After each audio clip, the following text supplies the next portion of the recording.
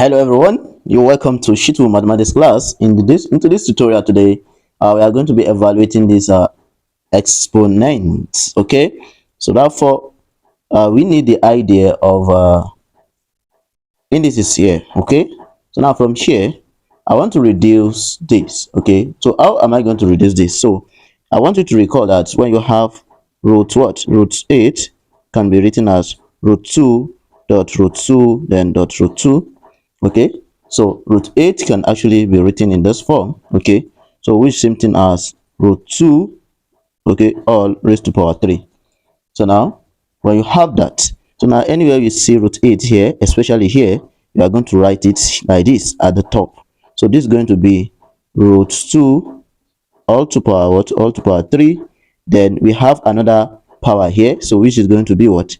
Multiplied by root 2. Okay, then divided by here we have what? We have root 2, then we have root 8. So now from here we can also write root 8 as root 4 multiplied by 2, which same thing as root 4 dot 2, which will give us 2 root 2. Are you following? So therefore, so we can write this to be root 2, okay, 3 root 2 over root 2 to power 2 root 2. Okay, so now from there you can see that you are going to be having root 2, 3 root 2. So from the law of indices that say when you have a raised to power b, okay, divided by a raised to power c, so this is going to give us a b minus c. That is division law. Okay, so therefore we are going to apply it here because we are having root 2, we are having root 2 here. So using this law, we are going to be having 3 root 2 minus what? 2 root 2.